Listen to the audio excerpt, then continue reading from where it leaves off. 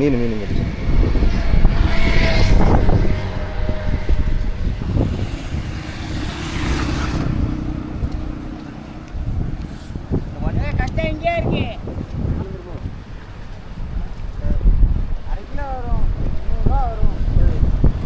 அண்ணு வைக்கிறா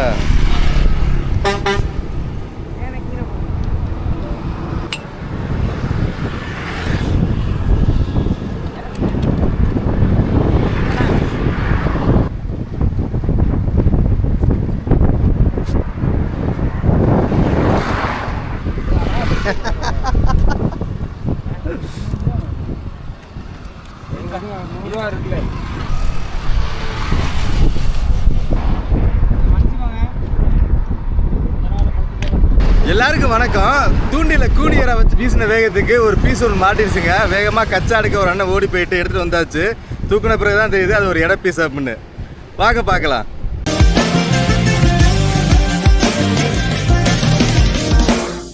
வெகு நாட்களாக தூண்டில் வீச சாதகம் இல்லைங்க, காற்று குறையவும் இல்லை. ஆனால் இப்போ தான் ஓரளவு சரியாகி ஒரு சீரான நிலைமைக்கு வந்து சேர்ந்துருக்கு. வந்த வேகத்தில் சுகந்த கூனியரை வச்சு கிளிமீன்களுக்கு தூண்டி வீச ஆரம்பிச்சாச்சுங்க. ஆமாங்க, பாருங்களேன், கடல் ரொம்பவே தெளிவாக இருக்குது, நீரோட்டம் ரொம்ப சூப்பராக இருக்குது. அதாவது காற்று ஓவராடிச்சு அப்படின்னா நீரோட்டம் கலக்கமாக இருக்கும், இல்லை வெள்ளத்தில் ஓடும். அந்த மாதிரி நேரங்களில் வந்துட்டு தூண்டில் போட்டு மீன் பிடிக்கிறது ரொம்பவே சிரமமாக இருக்கும். ஆனால் இன்னைக்குன்னு இல்லை, இனிமேல் ஓரளவுக்கு கொஞ்சம் அந்த மழை பெய்கிற வரைக்குமே ஓரளவுக்கு நல்லா இருக்குங்க. மழை பெஞ்சிட்டு அதுக்கப்புறம் பாறை கடிக்க ஆரம்பிச்சிடும். ஸோ இனிமேல் கொஞ்சம் வந்துட்டு ஓகேவாக தான் இருக்கும் தூண்டில் வீசினா வந்து மீன்கள் மாட்டுறதுக்கு. ஏன்னா 20 நாட்களுக்கு மேலாச்சுங்க தூண்டி வீசி, ஆட்டமே இனிதான் ஆரம்பம் அப்படின்னு சொல்லி ஆரம்பிச்சு வச்சிருக்காருங்க கணக்கை. தட்டிடுச்சா?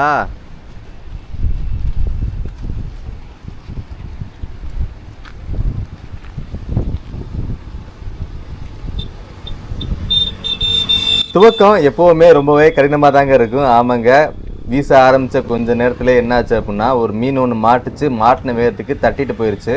அதிகபட்சம் மீன்களில் 10 மீன் மாட்டுச்சுன்னா அதில் 2 மீனோ 3 மீனோ நம்ம கைக்கு கிடைக்கும். மற்ற மீன்கள்லாம் தட்டி கீழே போயிடும், இல்லை தூக்கும் போது அந்து விழுந்துடும். அது மாதிரி நிறையா வந்து நெகட்டிவிட்டி தான் ஃபஸ்ட்டில் வந்து நம்மளை அஃபெக்ட் பண்ணோம். அதுக்கப்புறம் ஆனால் ஒரு மாதிரி வேகமாக ஓட ஆரம்பித்த பிறகு நம்மளுக்கு அந்த ஃப்ளோக்குள்ளே நம்ம செட் ஆயிடுவோங்க.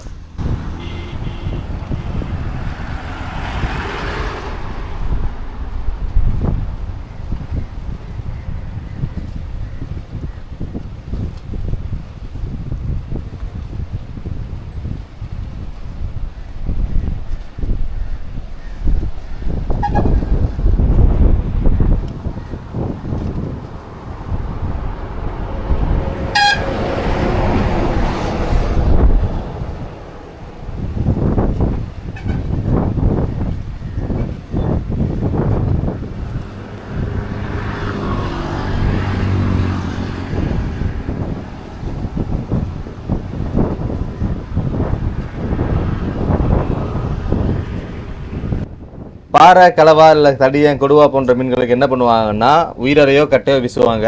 ஆனால் கிளி மீன்களுக்கு வீசுறதா இருந்தால் சின்ன தூண்டியை வச்சு எப்போவுமே வந்து கூனியரை தான் அதிகபட்சம் பாலத்தில் வீசுவாங்க. என்ன காரணம்னா கூனியரைக்கு அதிகபட்சம் சூப்பராக மீன் மாட்டும் அப்படின்னு சொல்கிற காரணம் தாங்க. பாருங்கள், பேசிகிட்டு இருக்கும்போது சூப்பராக ஒரு மீன் கிடச்சிருச்சுங்க. ஆனால் கடிச்சது பீஸா இட பீஸான்னு தெரில. ரொம்ப நாள் கழிச்சு மீன் மாட்டியிருக்கு. அதனால் என்ன பண்ணுவாங்கன்னா அதிகபட்சம் கச்சாக்காக தான் வெயிட் பண்ணுவாங்கன்னு நினைக்கிறேன். கச்சா பண்ணுமா?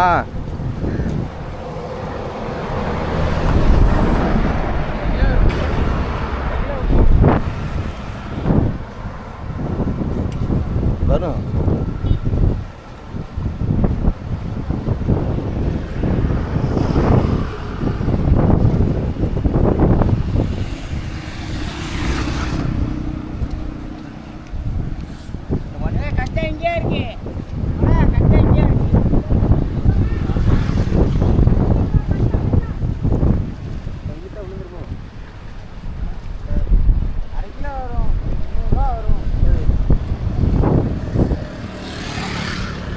மேலே இழுத்தா விழுந்துருமோ?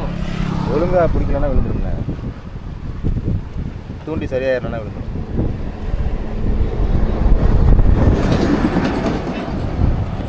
மேலே பிடிக்கும்போது அப்படியே ஆடி அப்படியே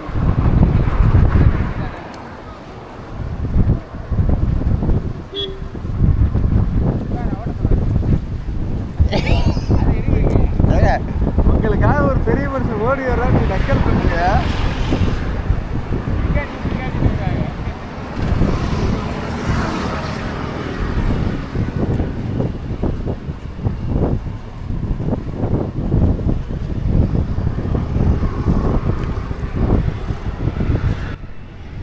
வந்து வீசினோடனே மீன் தட்டி போன பிறகு அடுத்த மீனை மிஸ் பண்ணிடக்கூடாது அப்படின்னு காரணத்தோட சுகந்தன் கச்சா எடுத்துகிட்டு வந்தால் தான் அந்த மீனை தூக்குவேன். இது பீஸோ இட பீஸோ எதாக இருந்தாலும் எனக்கு கவலை இல்லை, கச்சா வரட்டும் பார்க்கலாம் அப்படின்னு சொல்கிற மாதிரி வெயிட் பண்ணிக்கிட்டு இருக்காருங்க. கச்சா எடுக்க அண்ணன் போயிருக்காரு.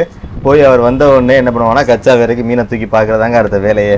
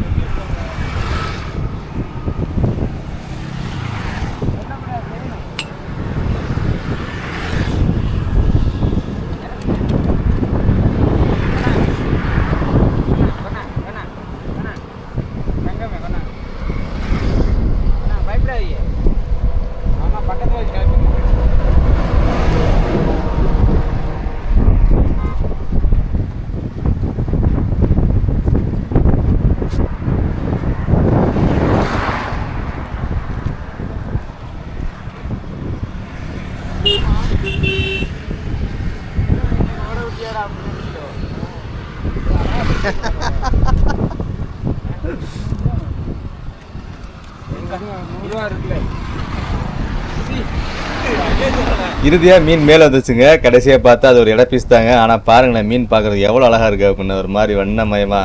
கிளி மீன்கள் ரொம்பவே வண்ணமயமானதுங்க. நம்மளிடம் சுவையான ராமேஸ்வர கருவாடு மற்றும் கடலில் கிடைக்கிற சங்கு, முத்து போன்ற பொருட்கள் எல்லாமே நம்ம வெப்சைட்டில் நீங்கள் ஆன்லைன்லேயே வாங்கிக்கலாம். www.peppyfishing.com